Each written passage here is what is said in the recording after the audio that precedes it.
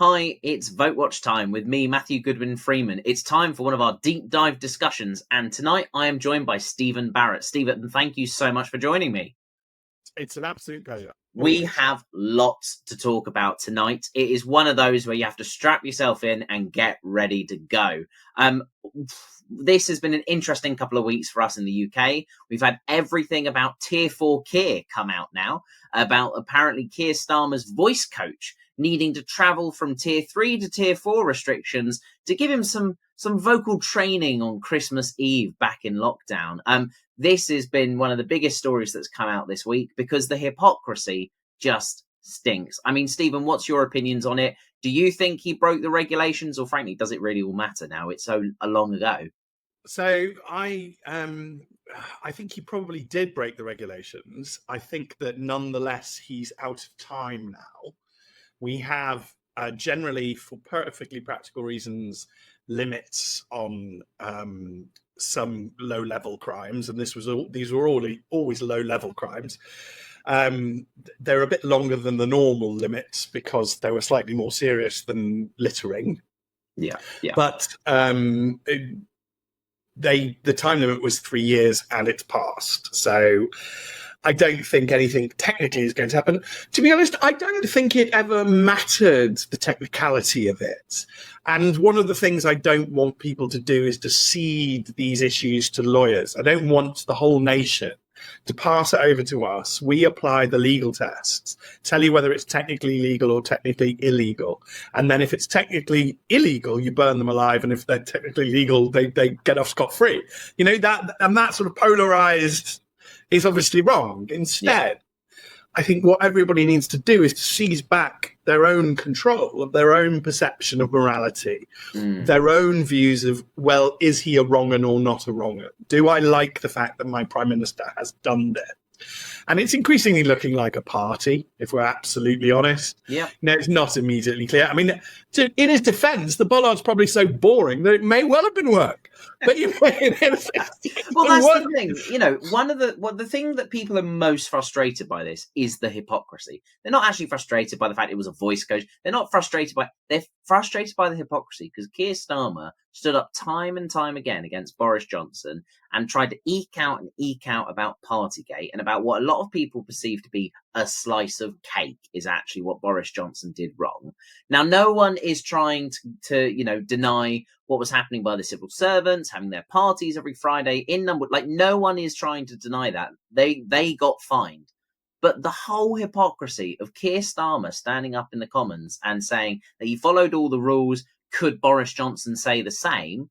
And then now it turns out years later, maybe he didn't. Where's the morality in that? Surely he should go, yes, I've messed up. I shouldn't have said it. I realise I'm a hypocrite. I'm going to do the decent thing and resign. Yes, and I think the problem Starmer's going to find very difficult to avoid is that this was peak COVID hysteria.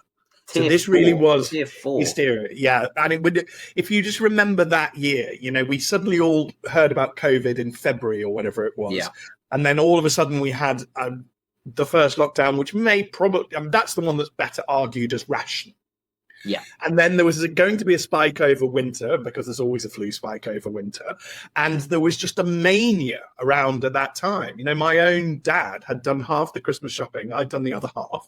He was going to be bringing it from Cambridge. And we were literally talking, every day going, well, you might not be able to come. You might not be able to, you might be able to come. You might not be. In the end, he wasn't able to come. And I think because Keir Starmer very much called for Tier 4, and we now know that Boris actually didn't want to do it.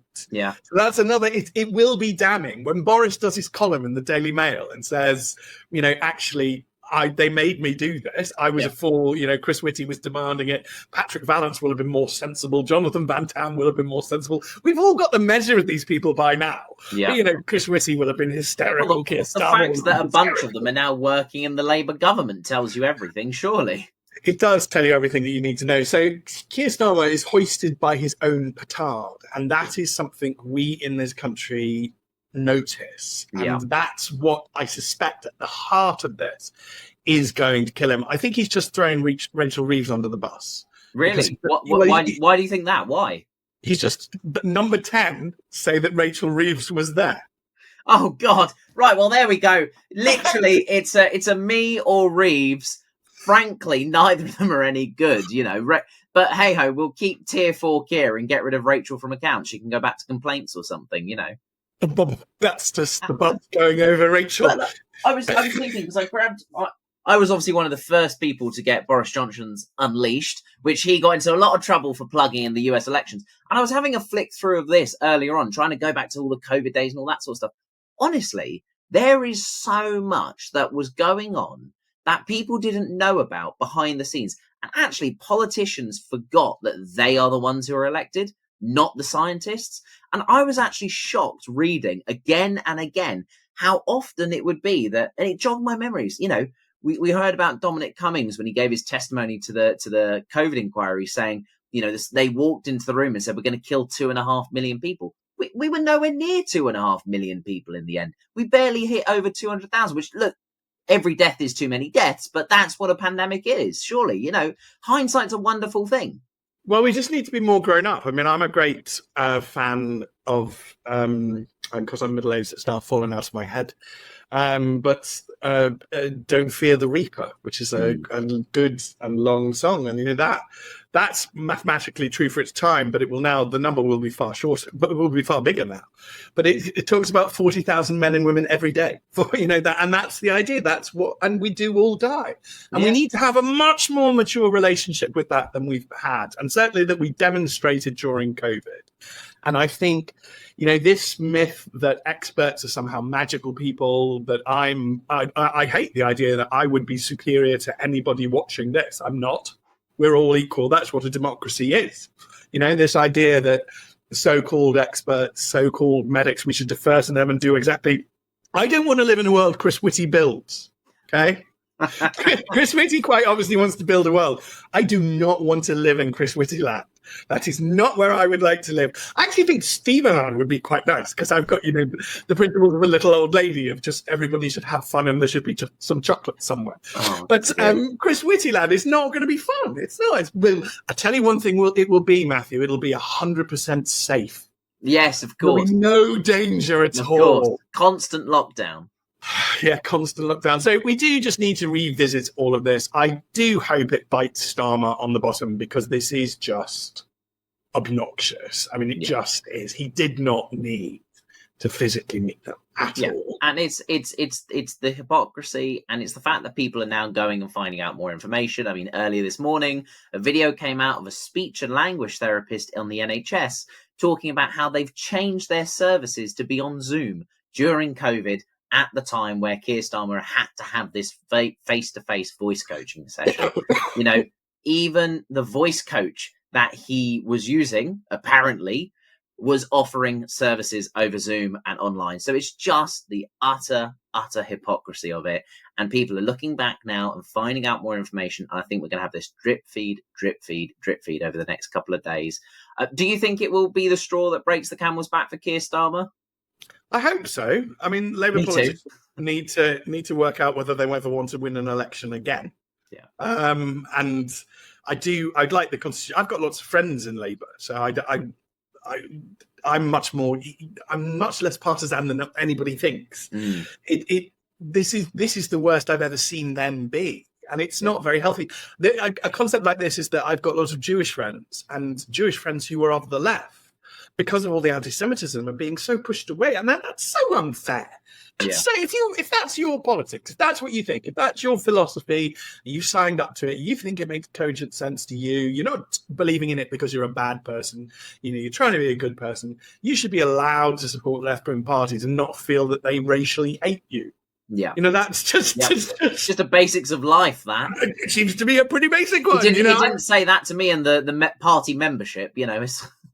Well, exactly. So I'd rather have the Labour Party back and lose this Prime Minister. But I do wonder if it's past, or if we're just in a realignment now.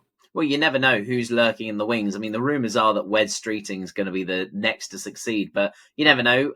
No-brainer Rayner or Rachel from Accounts might want to take on the mantle of Prime Minister for a few days at least. Well, Rachel's fallen under the bus, so she'll have all sorts of skid marks. Is that the £350 million bus? I can't remember anymore. It's going to look bad. But my old editor, Fraser Nelson, did a sit-down interview with Angela Rayner and was genuinely impressed with her. I think a lot of people, and I love No Brainer Angela Rayner because it's funny, and finally we're back to genuine comedy. But just because No Brainer Angela Rayner is funny, it doesn't mean that Angela is actually dim. And I mean, the thing working in her benefit as well is she's genuinely from the working class, from the grassroots up. That's the perfect Labour story, isn't it? So, but moving swiftly on to a land where I'd happily send David Whammy Lammy, No Brainer Rayner, Rachel from Accounts, and Tier 4 two-tier son of a toolmaker Keir, is the Chagos Islands. I'd gladly send them far, far away to there if people wouldn't mind. What on earth is going? Because from anyone on the outside, all you think is, wait, we are paying to give up our territory. What on earth is happening? And then this week, we had the rumour that it wasn't £9 billion we were going to pay for the privilege to give away our sovereign territory. It was £18 billion. I mean, Stephen, help me out here. What's going on? So, I'm a lawyer. We need you right now. Please save this country. Well, a tiny percentage of lawyers are what we call public international lawyers, and they're like 0.5% of the total lawyer population, if you like. And they've all gone mad. And they're now destroying the reputation of every remaining lawyer because they're trying to assert... so the argument is just that because the British Empire co-administered the territory, therefore they inherently belong together, which I think is wrong. Right. I mean, for a long time, England and Wales were co-administered. Does any Welshman want to suggest that they belong to England? I think not. I mean, we can't even get the Cornish to admit that they're part of the family. This is just a ridiculous premise. And it's all based upon the idea that really what's happened in so-called international law, the international law everyone sees. I do international law. But people don't see it because it's hidden and it's about money and nobody cares. But the international law everybody sees has fallen into absolute madness. It's being used for political reasons. It's full of obsessions and cult-like beliefs. And one of the cult-like beliefs is that Chagos is a shame to the United Kingdom, so something must be done. And that's basically it. It's not more sophisticated than that. It's such a shame that we have ended up putting a military base on it with our closest allies, the United States, and it's of strategic value to us and obviously to China as well, who are talking about putting, equipment onto the island. I mean, it's of course such a shame to us that we don't really want it that much. I mean, it's just ridiculous. And you'll have to, correct me if I'm wrong here, but I have read that the judgment that started all of this was advisory. It wasn't even mandatory. Yes, and they shouldn't have done it. They shouldn't have even done it. Because we have a carve out. Okay, just let me get this across, Matt. With an absolute carve out, that court, you are not allowed to talk about anything to do with the British Empire. That's it. It's carve out. No, I probably can't even have these flags behind me and stuff like that. It's probably inappropriate. They're just not allowed to. That court has no authority to make any binding decision on the British Empire in any way, which is why Philippe Sands came up with this idea of an advisory, which is just tosh. It's just ridiculous nonsense. Now, to play fair and to play both sides, it was the Conservative government that started the whole process of when the decision was made about, starting these negotiations. But this is the thing. What I want to really focus on was what was said today in the House of Commons in a statement about the Chagos deal, with Labour pointing the finger at the Conservatives, but actually making the point of the Conservatives could have started negotiations. They never signed on the dotted line. The people signing on the dotted line at the moment are the ones occupying number 10 right now. Yeah, two simple points. One is this government will never take responsibility for decisions it makes, which is mental. Okay, that is narcissistic behaviour. Just point the finger and gaslight. That's all they do. It's what a child does, and it's deeply unhelpful. Secondly, it wasn't the Conservative government. It was the mildly chaotic Liz Truss government. And they didn't get very far along in it, because what happened was, this is a civil service obsession. Okay, at the core of it, I don't even see the Labour government as particularly willfully bad. I just see it as giving into the civil service, letting the civil servants do what they want. Yeah, but another civil service obsession for years has been taking away the winter fuel allowance from pensioners. And that's been a civil service, that's been a Treasury obsession for years. And for 14 years, the Conservatives went, don't be ridiculous. Of course not. Don't be ridiculous. No, that's mental. And because it is. And as soon as Labour got in, they just went, okay, civil service, if you say so. And that's all that Lammy's done. Once again, the problem with this country is the civil service. It's not the politicians. It's not the people who are the face and take the fall. It's the unelected, bureaucratic, Tony Blair-loving civil servants inside Whitehall who are on the bumper fat cat salaries and have absolutely no accountability. So, no, I don't think... So, yes, but I don't think the problem is that we pay them too much. Ah. So I think that there is a structure. Yes. I think we've got 4 times as many as we need, Jesus. And we pay them half as much as they're worth. And I think that what you would do, because this is what Tony Blair wanted, he wanted a fat but non-elite state. Previously, the civil service, you go back to somebody, so in the 1920s, Duff Cooper is the son of a very wealthy man and family, goes to Oxford, very highly educated, and his first job afterwards is in the Foreign Office because that's seen as a very high status thing to be doing, and it pays very well, and he'll have a lot of fun and all the rest of it. That's not how the civil service even appeals. If you know anything about the civil service, you know that it basically just sits there like beige blancmange in the corner going, please come and work with us. You'll have as much fun as you could possibly have at a bureaucrat's meeting. They complained about Jacob Rees-Mogg putting sticky notes on the desks of staff who weren't there saying, I popped around to see you and was sad to see you weren't at your desk. Let me know when you're back in. And they called that bullying because the person was working from home. It's utter ridiculous. You're paid by the taxpayers. Get off your ass and do your job. Never forget Dominic Raab's tomato. Oh, yes, of course. Never forget.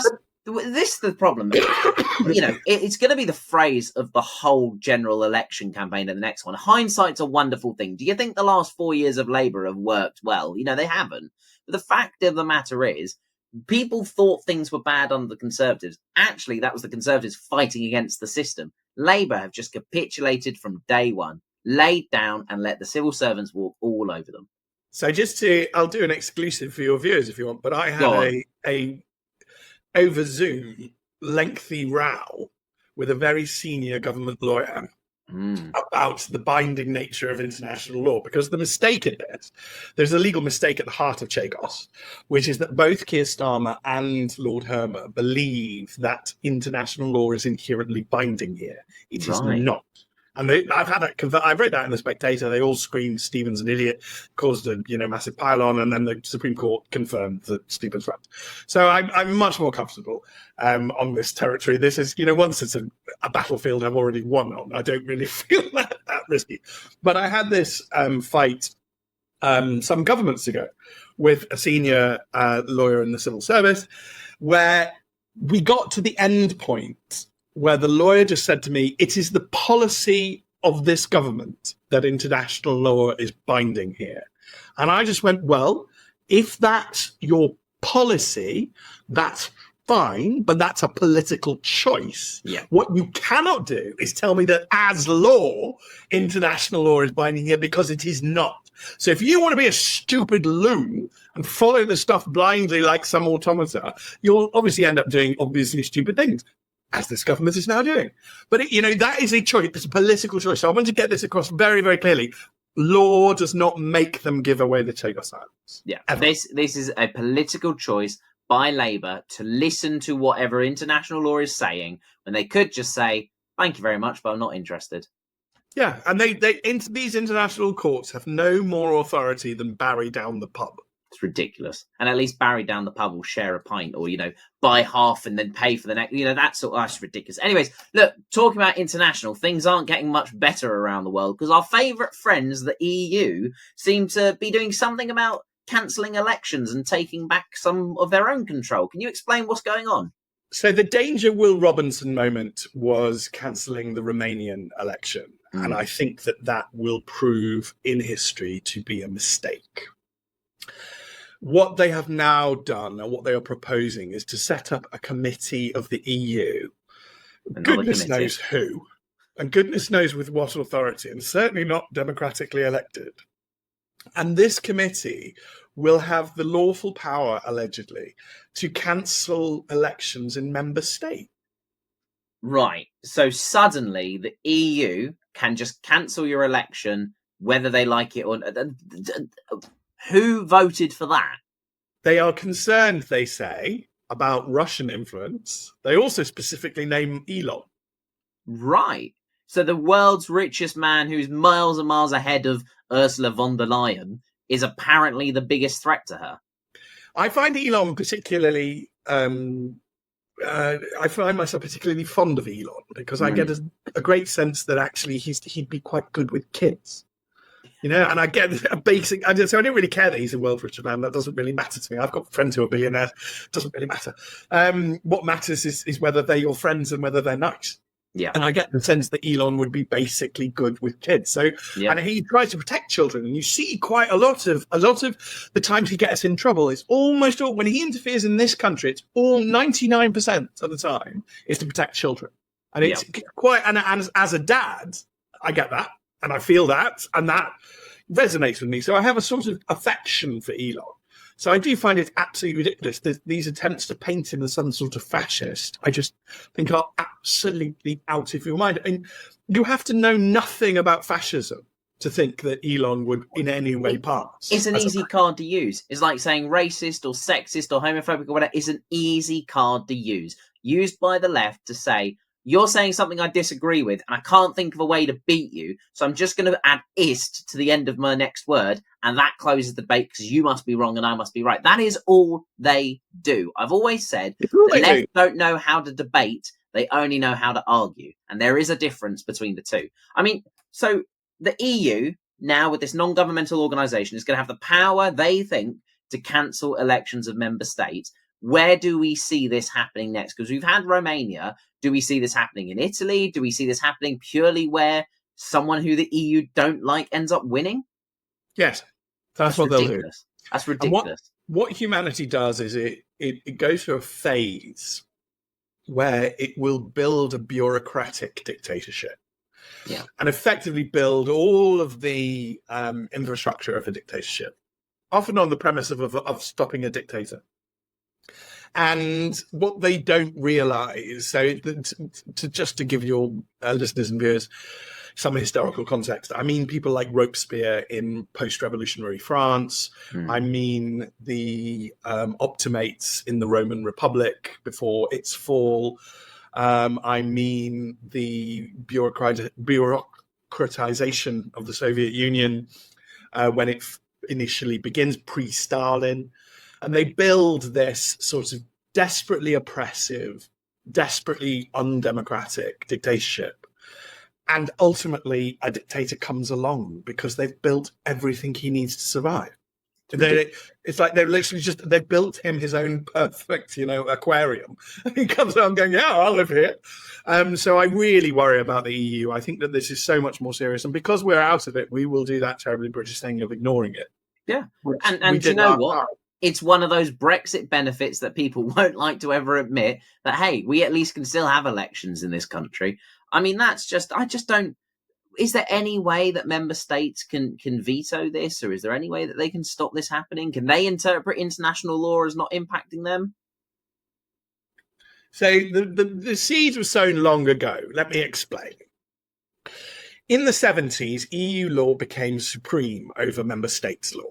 And I have to accept that as law that is true, and it's established since the 70s.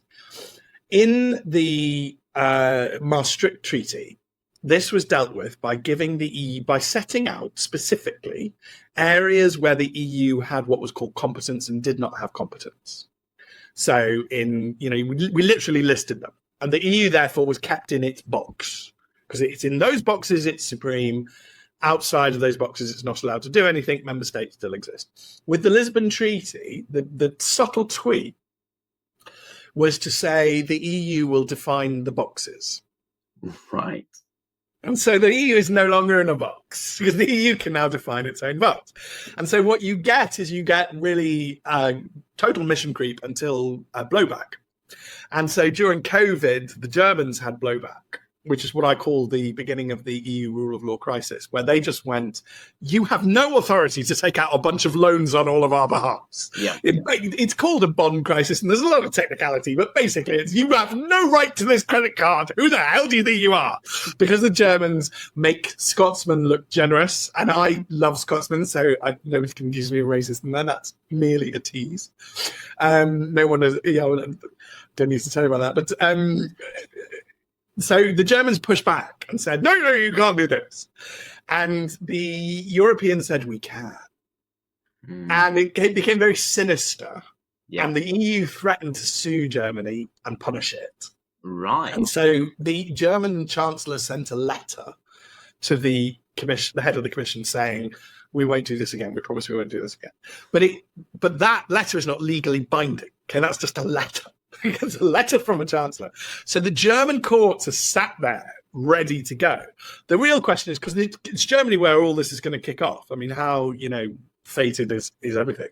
But it will be the German election which AfD will decisively win / achieve an awful lot here. Is that your prediction? This is my prediction, and I hate making predictions, but I think it's so bloody obvious now.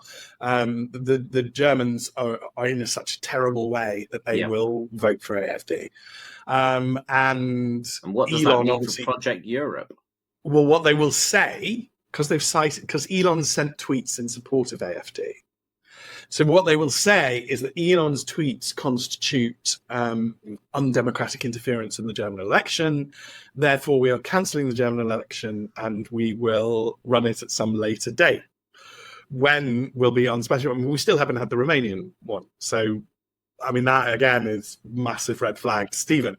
But at that point, the German Supreme Court, which is called, everybody in the know just calls it Karlsruhe, and that's because that's literally Karl Street. It's on Karlsruhe, it's on Karl Street, which is King Charles, basically. But because it's on this street called Karlsruhe, everybody calls it Karlsruhe.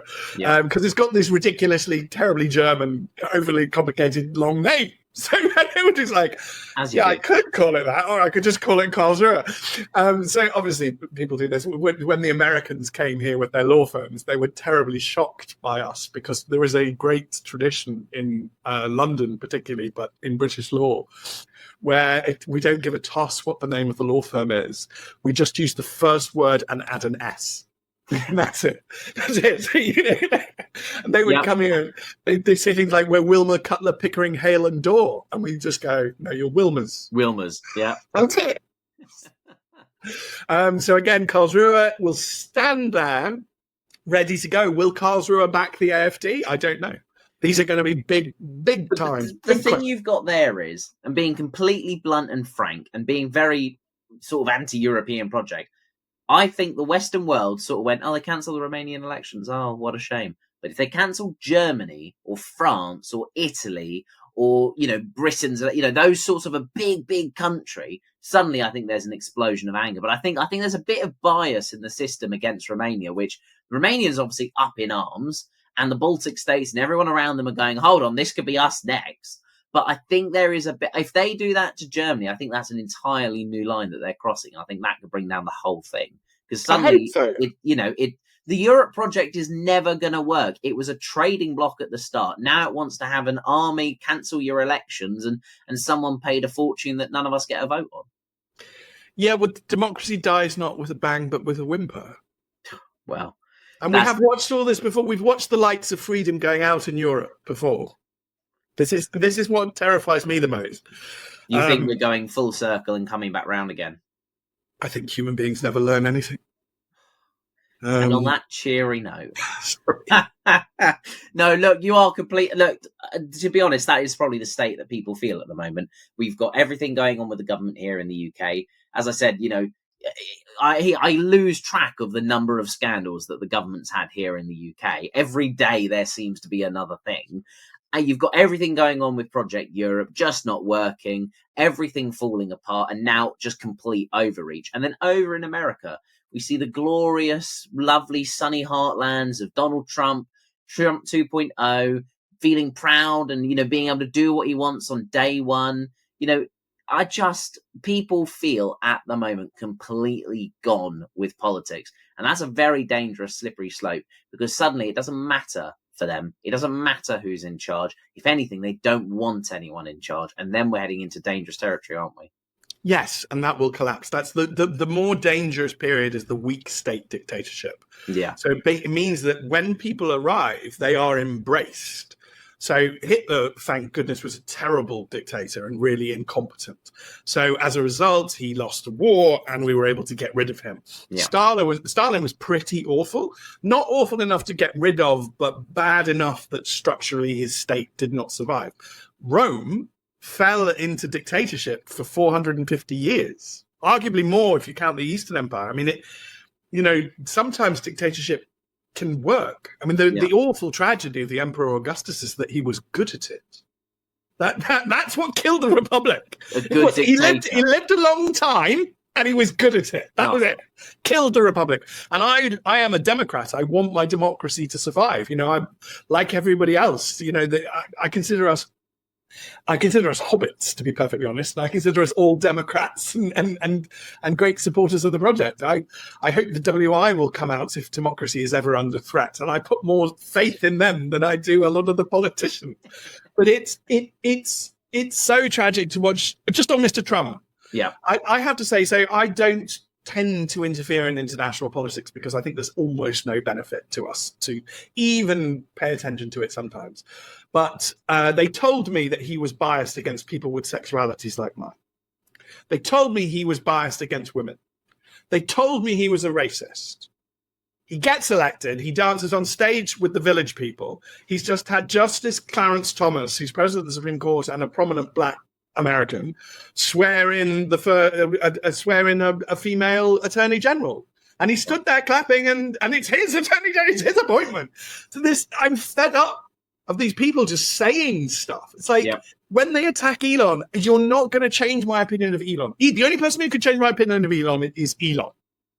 And this is the thing. People think that their opinion is golden when actually that actually is, I think, a sign that they're a bit out of touch. They need to get their finger back on the pulse and go out into the mainstream world and out of their little bubble and WhatsApp group and all their, skinny coffee latte drinking people, that sort of thing. Get out there again. But look, Stephen, thank you very much. I'm incredibly grateful. It's always great to do our deep dive discussions. We get right into the depths of a conversation and rip it damn apart. But look, I will make sure we get another conversation in the diary as soon as possible. Everyone watching, get involved in the comments. Tell me what you think. How are you happy with the state of the world? I mean, we were talking COVID, Chagos, and our wonderful friends, Project Europe.